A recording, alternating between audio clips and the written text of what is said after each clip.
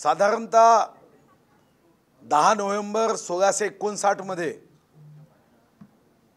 आपले आदर्श राजे छत्रपती शिवाजी महाराजांनी स्वराज्यावर चालून येणाऱ्या स्वतःला शक्तिशाली असण्याचा भास असणाऱ्या अहंकारी अफझल खानाचा कोथळा बाहेर काढला आणि आपण तो दिवस शिवप्रताप दिवस म्हणून साजरा करतो। खरं तर मा जिजाऊनी मोठ्या मनाने तेव्हा अफझल खानाचं डोकं तिथं पुरण्यासाठी अनुमती दिली। इतके वर्ष या संदर्भामध्ये कुठेही त्याचं उदात्तीकरण झालं नव्हतं, पण साधारणतः स्वराज्याचा शत्रू असणारा छत्रपती शिवाजी महाराजांना जीवानिशी संपवण्याचं षडयंत्र करून दृष्ट हेतूनी दृष्ट बुद्धीनी या महाराष्ट्राच्या भूमीत आलेला अफझल खान त्याचं उदात्तीकरण 29 जुलै 1953 करण्यासाठी एक संस्था केली आणि या संस्थेने त्या ठिकाणी अतिक्रमण करण्याचा प्रयत्न केला। या अतिक्रमणाला काढण्याचा निर्णय वन विभागाने घेतला आणि वन विभागाने 0.22 हेक्टर हे अतिक्रमण आज काढण्याच्या दृष्टीने शिवप्रताप दिनी छत्रपती शिवाजी महाराजांच्या महाराष्ट्रात अफझल खानाचं उदात्तीकरण हे मान्य नाही। या संदर्भामध्ये अनेक शिवभक्तांची मागणी होती। या संदर्भामध्ये न्यायालयाने सूचना केल्या होत्या, न्यायालयाचे आदेश होते आणि या आदेशाची अंमलबजावणी करण्याच्या संदर्भात मी बैठक घेऊन आज शिवप्रताप दिनी तिचं अतिक्रमण काढण्याचा आम्ही निर्णय केला आणि त्या निर्णयाची अंमलबजावणी झाली आहे। खास करून गेल्या अनेक वर्षांपासून ही मागणी प्रलंबित होती, यावेळेला असं रात्रीतनं हे सगळं अतिक्रमण हटवलं गेलं, असं काय झालं? रात्रीतून नाही, यासाठी आम्ही नियोजन केलं। आज शिवप्रताप दिवस होता, या संदर्भात कोर्टाने काही न्यायालयीन आदेश दिले होते। या अगोदर मागच्या सरकारमध्ये एक प्रयत्न हा 2008 मध्ये झाला होता, 5 मे 2008 रोजी, आणि त्या सरकारने या समाधीला कायदेशीर संरक्षण देण्याच्या संदर्भामध्ये त्या बैठकीमध्ये काही निर्णय केले होते, परंतु ते निर्णय कोर्टाने धुडकावून लावले।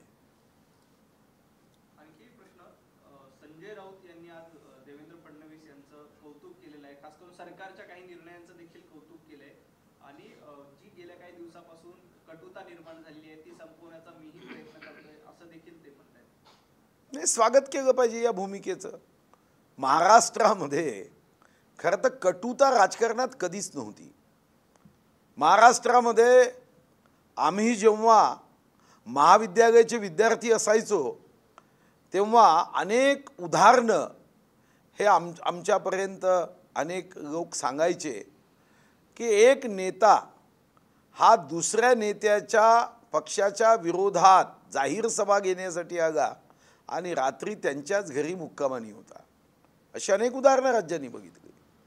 स्वर्गीय विलासराव देशमुख, स्वर्गीय गोपीनाथ मुंडे विधानसभेत जेव्हा एकमेकांसमोर मुद्द्याच्या आधारावर, तर्काच्या आधारावर, विषयाच्या आधारावर चर्चा व्हायची तर असं वाटायचं की किती मुद्द्याची धार ही तीव्र आहे, आणि त्यांची मैत्रीसुद्धा आपण बघितली। स्वर्गीय हिंदुहृदय सम्राट स्वर्गीय प्रमोद महाजन व शरद पवार साहेब यांच्याही मैत्रीचे किस्से आपण ऐकले। माननीय नितीन गडकरी असेल, राज ठाकरेजी असेल, यांच्याही मैत्रीचे किस्से आपण ऐकलेत। शेवटी या महाराष्ट्राचं राजकारण मुद्द्यावरून गुद्द्यावर गेलं 2.5 वर्षात। ज्या शब्दाचा उपयोग व्हायला लागला, कुठं मुद्दाम काही नेत्यांच्या संदर्भात आश्चर्य वाटायचं। अनेक वर्ष राजकारणात असणारे नेते हे टोपण नाव त्यांनी विकसित केलं, आणि नुसतं टोपण नाव विकसित केलं नाही तर मोठे नेते अशा शब्दाचा उपयोग करायचे तेव्हा असं वाटायचं की आपल्या राजकारणामध्ये धीरे धीरे आपलं राजकारण मुद्द्यावरून मुद्द्यावर जात आहे. आम्ही आदर्श ठेवण्याचा प्रयत्न आणि आमची जबाबदारी जी आहे ती पूर्ण करण्यामध्ये अपयशी आहोत. काही राज्यामध्ये शत्रुता आहे, वैचारिक मतभेद असावे, वैचारिक मतभेद असता कामा नये. आणि या दृष्टीने माननीय देवेंद्रजींनी ही इच्छा व्यक्त केली, त्यावर सामन्यांनी एका अग्रलेखात त्याची ओढत अनुमती किंवा सहमती दाखवली. आणि संजय राऊत साहेबांनी जर या संदर्भामध्ये भाष्य केलं असेल तर मला वाटतं की एक राजकीय कार्यकर्ता म्हणून त्याचं मी स्वागतच करेन. संजय राऊतांनी स्वतःची तुलना स्वातंत्र्यवीर सावरकरांबरोबर सुद्धा केली. ते असेही म्हणाले की मी स्वातंत्र्यवीर सावरकरांप्रमाणे जेलमध्ये राहिले. इतपत योग्य वाटतं नाही, तर यावर तर काँग्रेसचं भाष्य घेतलं पाहिजे, कारण काँग्रेस स्वातंत्र्यवीर सावरकरांच्या संदर्भामध्ये काहीही ऐकून घ्यायला तयार नाही. त्यांनी जी पुस्तिका प्रदर्शित केली त्या पुस्तिकेमधली जी वाक्य आहे, मला वाटत नाही की असं कुणी लिहू शकतं. इतकं शब्दाचा उपयोग करता येणार नाही, इतकं घाण आहे. आता संजय राऊत साहेबांनी ही तुलना करताना थोडी काँग्रेसला जर चर्चा केली तर अजून चांगलं होईल.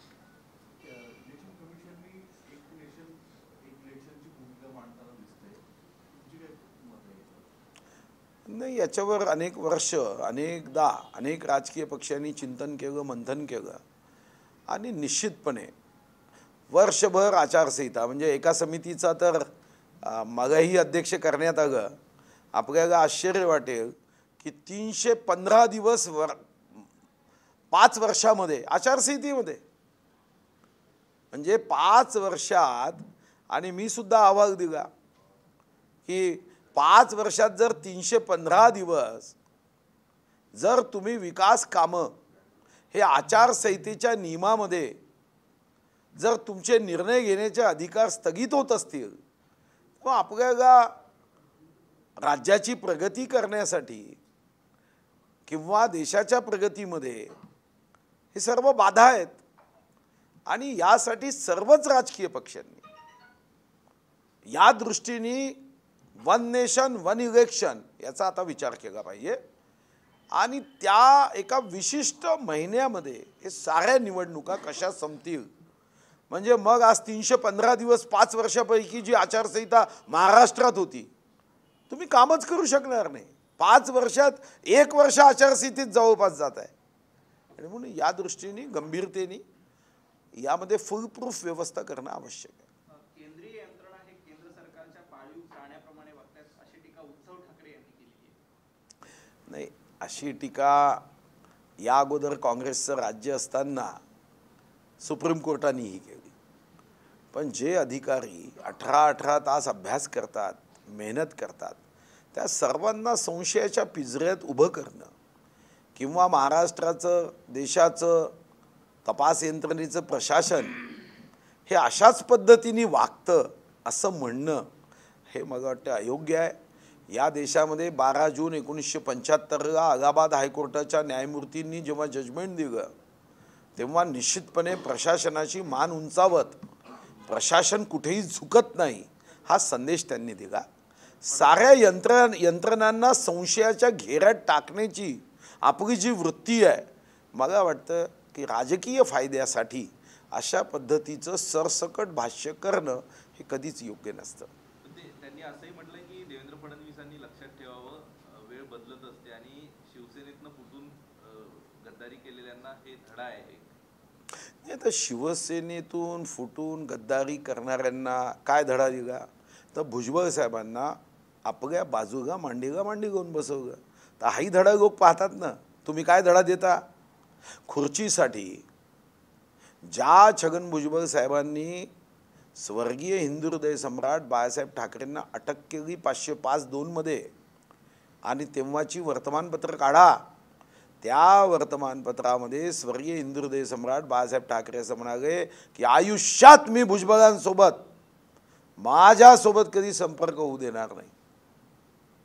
फक्त ते विसरले की माझ्या चिरंजीवानी ही माझी भाषा लक्षात ठेवावी एवढं सांगण्यासाठी विसरले. त्यामुळे इतिहास आहे की तुम्ही जे म्हणता ते करतच नाही, त्यामुळे कुणी काय याच्यावर गंभीरतेने घेणार आहे. विरोधामध्ये असताना स्वतः भाजपने ही अफजल खानाची खबर जी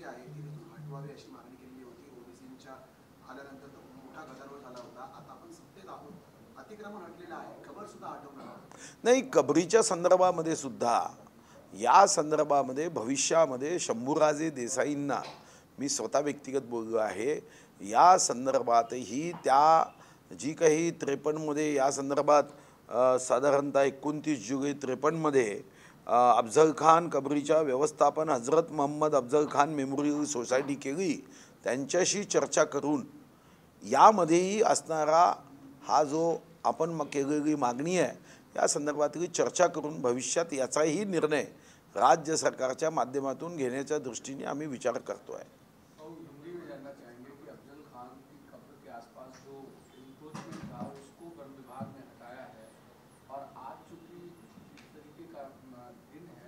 देखो, आज शिव प्रताप दिवस है. 10 नवंबर 1659 में ये जो अफजल खान हमारे राजे जिनके संकल्प में सुराज्य था उनको समाप्त करने के लिए बड़ी फौज को लेकर आया और अफजल खान ने आदिल शाह के दरबार में ये सुपारी उठाकर आया था कि मैं छत्रपति राजे को समाप्त करके ही लौटूंगा. मगर छत्रपति शिवाजी महाराज जी का वो पराक्रम ये शिव प्रताप दिन के नाम से जाना जाता है.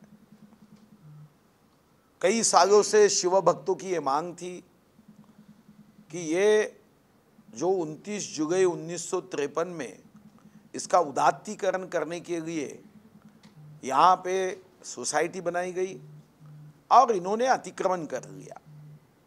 तो आज शिव प्रताप दिन के अवसर पर जो लोगों की मांग थी, कोर्ट के स्पष्ट आदेश थे, ये अफजल खान के बाजू में किया हुआ उनका अतिक्रमण आज हमने हटाया है.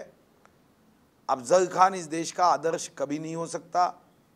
ये देश में हमारे लिए आदर्श है छत्रपति शिवाजी महाराज. बेहोश आदमी भी जय भवानी जय शिवाजी का जयघोष करने के बाद होश में आता है. कोई अफजल खान का फोटो घर में लगाएगा क्या? अपने बच्चों को कहेगा? वो यही कहेगा छत्रपति शिवाजी महाराज के मार्ग पे चलो, अफजल खान के मार्ग पे चलो, ऐसा कोई नहीं कहेगा, क्योंकि ये क्रूरता के प्रतीक है. और इसलिए मैं भी आह्वान करूंगा कि यहाँ पर इस देश में धर्म के आधार पे नहीं, जो उस धर्म में महामानव हुए हैं, अच्छी विचारधारा को जन जन के मन मन तक पहुँचाने का संकल्प करते हुए जिन्होंने अपना जीवन इस देश को समर्पित किया है, उनका आदर्श होना चाहिए. हमारे देश में चंगेज खान, तैमूरलंग, नादिर शाह ये कभी आदर्श नहीं हो सकते. तैमूरलंग ने 1 लाख मानवी कौटियों का राजमहल बनवाया. चंगेज खान जीवन में कोई युद्ध में पराभूत नहीं हुआ. नादिर शाह ने चांदनी चौक को मरघट में बदलते हुए 60,000 हिंदुओं की कत्ल की. यह हमारे लिए आदर्श नहीं हो सकते. हमारे आदर्श तो महाराणा प्रताप है जो अरावली के युद्ध में पराभूत हुआ, मगर वह हमारे लिए आदर्श है. हमारे लिए आदर्श छत्रपति शिवाजी महाराज है. हमारे लिए आदर्श झांसी की रानी है. इस देश में कोई ये नहीं कहता कि मेरा बच्चा चंगेज खान बने, तैमूरलंग बने. तो मुझे लगता है कि जो इस देश के विचारों के शत्रु रहे हैं वो आदर्श कभी नहीं बन पाएंगे. आज जिस तरीके से आप कह रहे हैं कि इंक्रोचमेंट हटाया गया, लेकिन बीजेपी इसको कहीं न कहीं हिंदुत्व से जोड़कर देख रही है क्या? क्योंकि आपके प्रदेश अध्यक्ष का एक ट्वीट आना किस तरीके का इंक्रोचमेंट हट रहा है, और कल मैं वहां पर सभी लोगों से मिलने के लिए आऊंगा. इसे कैसे देखा? देखो, इसको हिंदुत्व या धर्म के आधार पे अगर आप देखोगे तो गलती करोगे. देखो, हमने अब्दुल हमीद जी का धर्म नहीं देखा, उनका पराक्रम देखा. और आज भी इस देश में एक ऐसा शूर है अब्दुल हमीद कि जिसके लिए आर्मी ने कई नियमों को बदलते हुए उस वीरता को हमेशा सैल्यूट किया है, वंदन किया है. एपीजे अब्दुल कलाम, क्या हम धर्म देखते हैं? एपीजे अब्दुल कलाम जी के नाम से कई पुरस्कार दिए जाते हैं. एपीजे अब्दुल कलाम ये हमारे लिए भारत के एक रत्न माने गए, उनको भारत रत्न दिया गया। तो ये कोई हिंदुत्व की बात नहीं है, ये क्रूरता से भरे हुए लोग थे।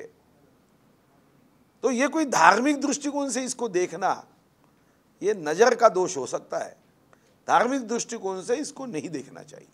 आज संजय राउत ने जिस तरीके से बयान दिया और उनके बयान में थोड़ी सी नरमी थी आप लोगों के प्रति कि देवेंद्र फडणवीस ही सरकार चला रहे हैं, हम देवेंद्र फडणवीस से मिलेंगे, हम ईडी के खिलाफ कुछ नहीं बोले। अब तक ईडी के खिलाफ सबसे ज्यादा संजय राउत बयान देते थे, उनका अचानक ये परिवर्तन से कैसे संकेत था? नहीं, मुझे लगता है कि स्वागत करना चाहिए। महाराष्ट्र की राजनीति बाकी राज्यों के राजनीतिक नेताओं के लिए आदर्श राजनीति थी। हमारे आपसी संबंध जो है ये वैचारिक मतभेद के रहे, मनभेद के कभी नहीं रहे। हमारे राज्य की राजनीति ये मुद्दों के आधार पर रही है, गुद्दों के आधार पर कभी राजनीति नहीं की गई। शब्दों का इस्तेमाल करते हुए ऐसे ही शब्दों का उपयोग राज्य में करते आए हैं कि जो अपने बारे में भी अगर किसी ने कहा तो हम अपमानित महसूस नहीं करेंगे। मगर पिछले 2.5 साल में जो शब्दों का उपयोग इस राज्य में किया गया, तो मुझे लगता है कि माननीय देवेंद्र जी ने कटुता समाप्त करने के लिए आह्वान किया, सामना ने अग्रलेख लिखते हुए उसका समर्थन किया। और आज अगर संजय राउत जी इस विषय को लेकर वो भी अपना भाव और आशय व्यक्त करते हैं, तो मुझे लगता है कि सभी राजनीतिक पार्टियों ने मिलकर इस विषय को सोचना चाहिए। कोई ऐरू गैरू आ जाता है, कोई राजनीतिक समर्थन नहीं होता है, ऐसे शब्दों का इस्तेमाल करता है। अगर वो खड़ा रहे तो 10 वोट भी नहीं मिले, उसके घर के लोग भी वोट ना दे, मगर वो ऐसे शब्दों का इस्तेमाल करते हैं बड़े बड़े नेताओं के बारे में कि हमने उसको उदात्तीकरण करते हुए ऐसे शब्दों को बड़ा बनाने का अगर हम काम करेंगे तो राजनीति में यह गंदगी फैलेगी। अमृत महोत्सवी वर्ष है, अमृत भाषा का ही उपयोग होना चाहिए। विषारी भाषाओं के प्रयोग पे सबने मिलकर सोचना चाहिए, नहीं तो आने वाले दिनों में हमारी राजनीति का जो दर्जा है, जो कभी कई कथाओं के आधार पे लोग व्यक्त करते हैं, स्वर्गीय विकासराव देशमुख, स्वर्गीय गोपीनाथ मुंडे के दोस्ती के बारे में कहा जाता है, विधानसभा में तो ऐसे लड़ते थे वैचारिक मुद्दों के आधार पे, और जब बाहर निकलते थे तो क्या यारी थी, दोनों के चेहरे की हंसी क्या थी। तो मुझे लगता है कि हमारे मतभेद को मनभेद में बदलने का जो 2.5 वर्ष में काम हुआ है, फिर से वैचारिक मतभेद होंगे मगर मुद्दों के आधार पर राजनीति हो, गुद्दों के आधार पर ना हो। एनसीपी आज भारत जोड़ो यात्रा में शामिल हो रही है और एनसीपी के प्रदेश अध्यक्ष सहित तमाम सारे नेता चल रहे हैं और बीजेपी की सरकार को उखाड़ कर फेंक देने का संकल्प लिया है। नहीं, संकल्प तो ये देश के 2500 से ज़्यादा राजनीतिक पार्टियाँ हैं। अब ये 2500 से जो ज़्यादा राजनीतिक पार्टियाँ हैं, हर पार्टी ऐसा संकल्प करती है। तो हमारे मराठी में एक कविता रही है, गणपतवाणी बिडी पितांना चावायचा नुसतीचं काडी मनाशीचा न म्हणायचा की या जागेवर बांधी न माडी। तो ये ऐसे गणपतवादी छाप पार्टियाँ बहुत रहती है, तो उसमें अड़चन नहीं रहती। आज उद्धव ठाकरे ने कहा कि जो बीजेपी के साथ है वो गद्दारों की सेना है और बगावती लोगों की है, और ऐसे में बीजेपी को ये याद रखना चाहिए और बाद में हम उनको सबक सिखाएंगे। ये महाराष्ट्र की जनता ने देखा है, आंखों से देखा है। जो भुजबल साहब ने स्वर्गीय हिंदू हृदय सम्राट बाला साहब ठाकरे जी का अपमान कहते हुए टी बालू कहा था, जिनको 505(2) में अरेस्ट करते हुए मैं जेल में बाला साहब को डालूंगा, ऐसा उन्होंने घोषणा की। उसके बाद बाला साहब जी ने कहा था कि छगन भुजबल के साथ मैं जीवन में नहीं बैठूंगा। अब उसके बाजू में बैठे एकदम महाराष्ट्र की जनता देख रही है ना, तो आपके शब्दों पे कौन विश्वास करेगा भाई।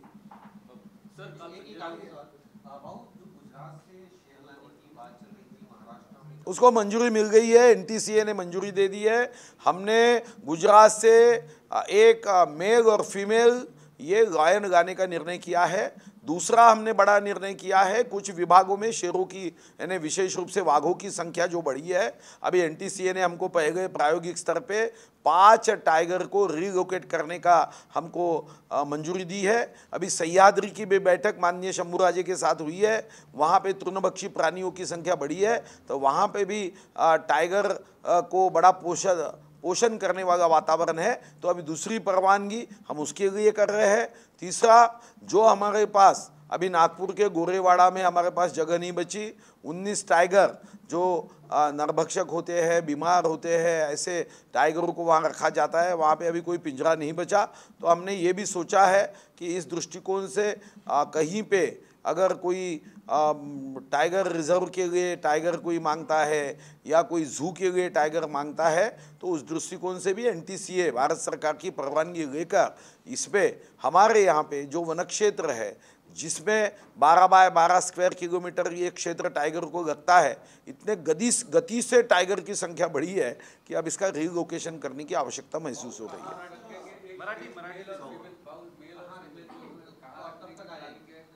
देखो ये यहाँ पे हमारे संजय गांधी नेशनल पार्क में सिंह की सफारी थी, मगर उम्र के साथ जब वो वयोवृद्ध हो गए, अभी वो वहाँ पे जो लायन सफारी थी वो बंद करनी पड़ी। तो इसलिए एक मेल और फीमेल लायन ये वहाँ पे लाया जा रहा है और सफारी फिर से संजय गांधी की शुरू होगी। गुजरात से वो आएंगे।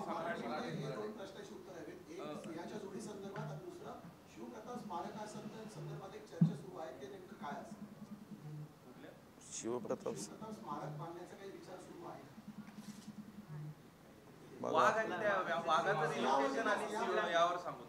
साधारणतः गुजरातमध्ये मागच्या महिन्यात मी दौऱ्यावर जेव्हा गेलो तेव्हा तिथं आम्ही प्रस्ताव केला आणि त्या प्रस्तावाला मान्यता आता एनटीसीने दिली आहे। महाराष्ट्राचं एक वैभव म्हणजे संजय गांधी नॅशनल पार्क। या ठिकाणच्या अर्बन पॉप्युलेशनमधला हे अर्बन पार्क हा जगाचा एक वैशिष्ट्यपूर्ण पार्क आहे।